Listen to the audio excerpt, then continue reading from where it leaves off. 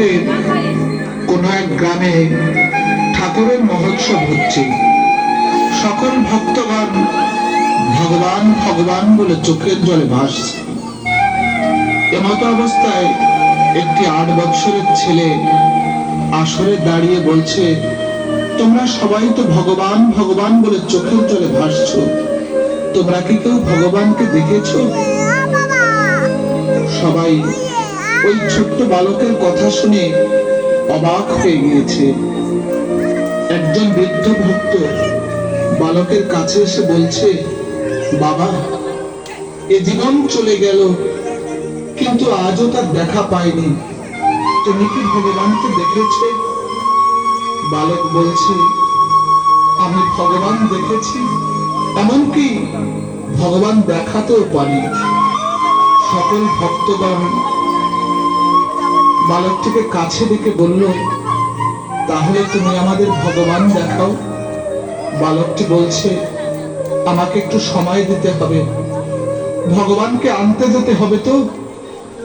বৃদ্ধ ভক্ত বললেন, তোমার যত সময় লাগে নাও, কিন্তু তুমি আমাদের ভগবান দেখাও। ছেলেটি সঙ্গে সঙ্গে ঘরে বৃদ্ধা মা শত ছিন্ন বসনে শুয়ে আছে। মায়ের পায়ের কাছে পা দুটো জড়িয়ে ধরে বলছে, ও মা, তোমাকে যে একবার আমার সঙ্গে ওই পাশের গ্রামে যেতে হবে। মা বলছে, এই শত ছিন্ন বসন করে কি মানুষের সামনে যাওয়া যায় বাবা? ছেলে বলছে, ও মা, মায়ের শ্রেষ্ঠ বসন হলো তার সন্তান। আমি যদি তোমার বুকে থাকি তাহলে তোমার বসন লাগে না কিনা? মা ছেলেকে বুকে জড়িয়ে ধরে বললেন, চল খোকা, আমার আর বসন লাগবে না খোকা, আমার আর বসন লাগবে না।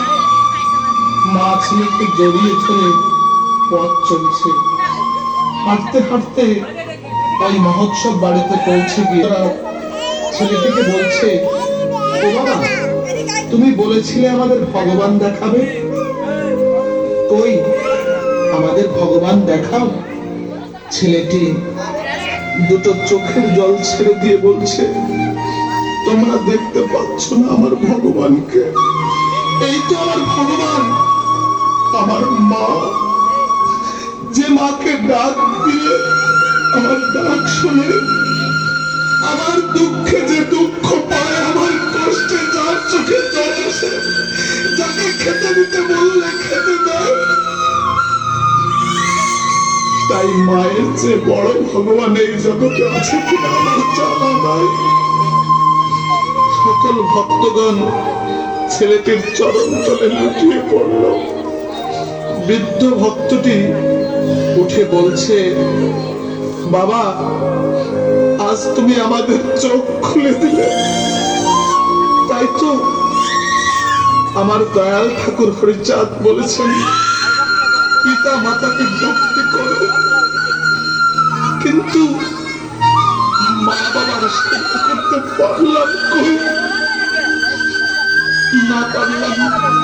ঠাকুর শ্রী শ্রী হরিচাঁদ গুরুচাঁদের চরণে